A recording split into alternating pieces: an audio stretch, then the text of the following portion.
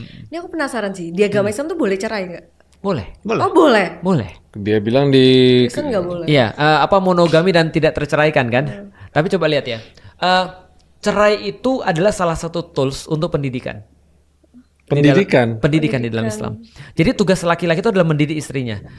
By the way, imagine dalam satu pernikahan di dalam pandangan Islam, kalau perempuan berbuat dosa atau berbuat salah, maka laki-laki ikut bertanggung jawab atas itu. Karena dia harus tanggung jawab mendidik istrinya.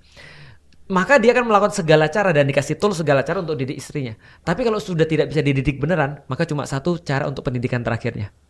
Ya udah kalau gitu aku nggak bisa lagi untuk afford kamu, aku nggak bisa mendidik kamu, aku kembalikan.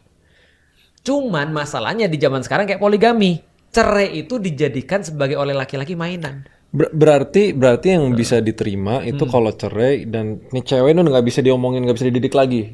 Iya, baru kemudian. That's the only reason cerai itu diperbolehkan. Betul. Maka harus ada step sebelum cerai. Maka akan ditanya, kalau cerai itu perempuannya baik-baik, soleha, tiba-tiba diceraikan, haram hukumnya.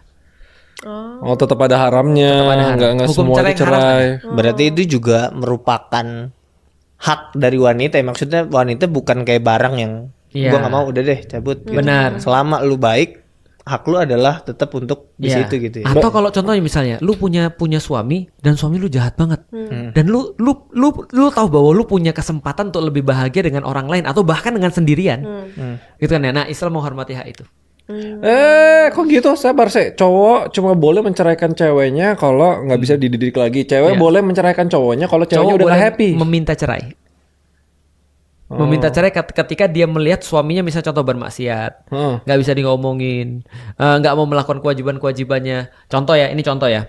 Ada temen yang aku lihat, bukan temen, ada salah satu orang yang aku kenal banget nikah, istrinya tiba-tiba datang, lalu kemudian bilang, aku tidak dinafkahi batin selama 1 tahun. Oke.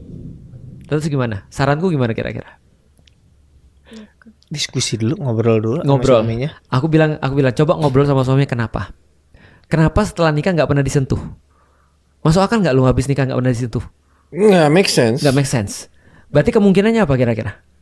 Nggak tahu. 1 penyakit, 2 penyakit. Iya. Penyakit. Iya kan? Penyakit fisik atau penyakit mental kan? Ya kan?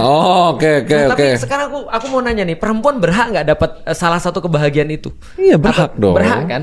Lah berarti kan kalau nggak ada jalan lagi gimana? Ya, Pisah. bisa. Akhirnya pisah. Atau poligami. Hah? Atau poligami. Poligami nggak masuk, kadang-kadang nggak masuk dalam hitungan kalau ceweknya nggak mau.